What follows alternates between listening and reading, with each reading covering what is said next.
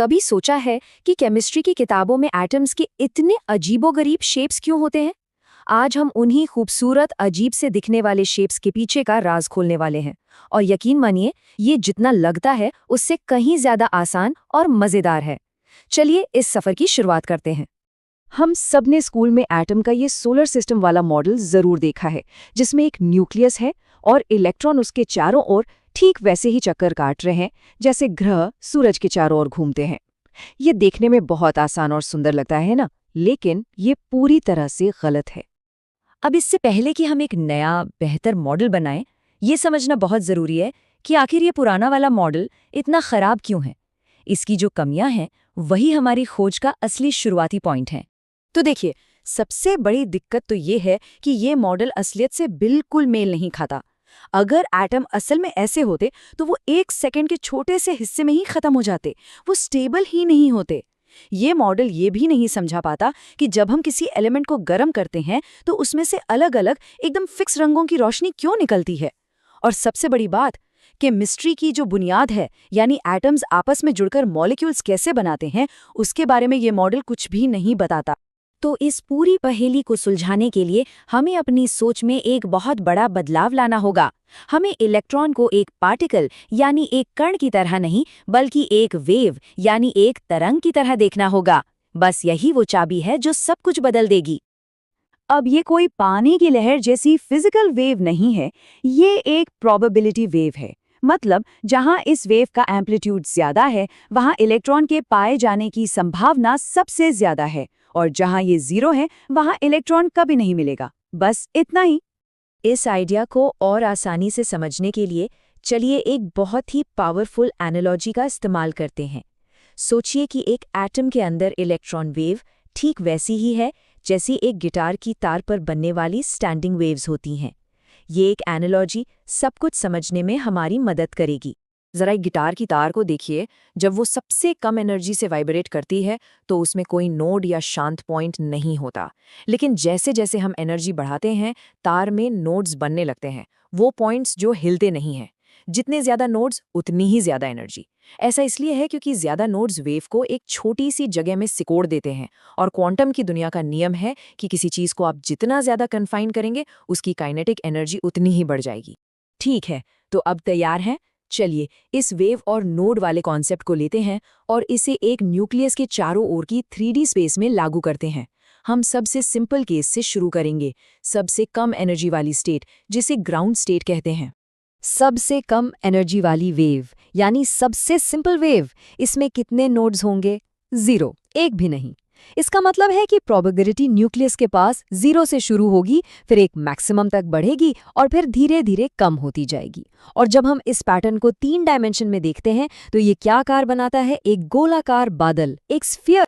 तो ये ऑर्बिटल आखिर है क्या? ये कोई रास्ता या ऑर्बिट नहीं है जिस पर इलेक्ट्रॉन घूमता है। नहीं, ये एक प्रोबेबिलिटी मैप है। इसे ऐसे सोचिए कि आप हर दिन ठीक 2 बजे एक बच्चे की फोटो लेते हैं।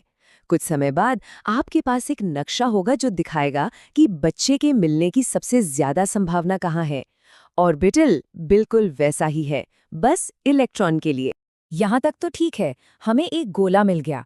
लेकिन क्या होगा अगर नोड एक गोला ना हो? बस यहीं से चीजें सच में मजेदार होने लगती हैं और हमें एक बड़ी कामयाबी मिलती है।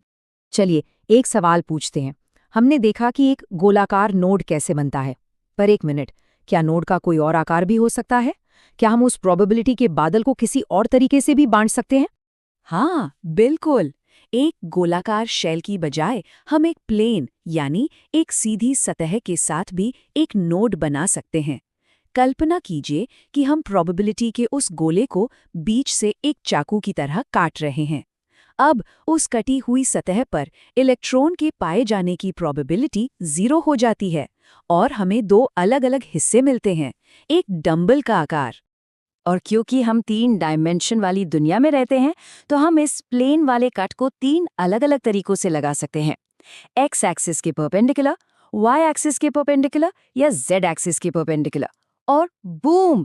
यही वजह है कि हमें 3 अलग-अलग डंबल शेप वाले ऑर्बिटल्स मिलते हैं। और कहानी यहीं खत्म नहीं होती। और भी ज्यादा एनर्जी लेवल्स के लिए हम और भी स्लाइस जोड़ सकते हैं। अगर हम 2 प्लेन वाले नोट्स का इस्तेमाल करें, जैसे किसी केक को 2 बार काटना, तो हमें 4 लोब वाला एक क्लोवरलीफ जैसा आकार मिलता है। यही डी ऑर्बिटल्स के पीछे का बेसिक आइडिया है। और अब आता है वो आहा मोमेंट। ये जो सारे आइडियाज़ हमने अभी बनाए हैं, एनर्जी लेवल, शेप्स और ओरिएंटेशन, ये असल में केमिस्ट्री के उन मुश्किल से दिखने वाले नियमों का असली मतलब है, जिन्हें हम क्वांटम नंबर्स के नाम से जानते हैं।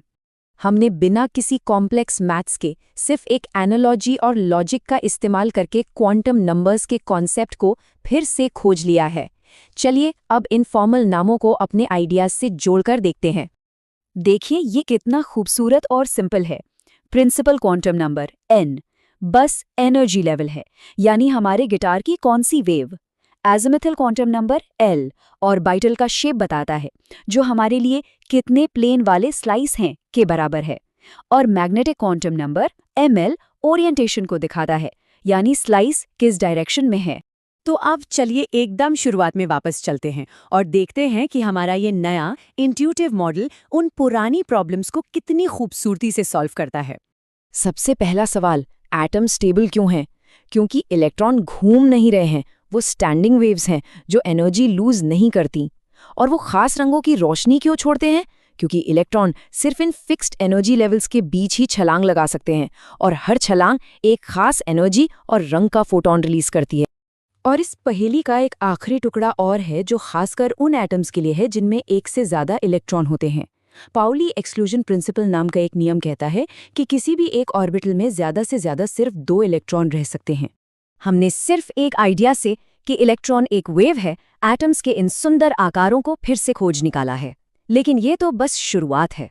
अब सबसे बड़ा सवाल ये है, ये ज्ञान हमें पूरे पीरियोडिक टेबल और केमिकल बॉन्डिंग के सारे नियमों को समझने में कैसे मदद कर सकता है? खैर, वो एक अलग दिन की कहानी है।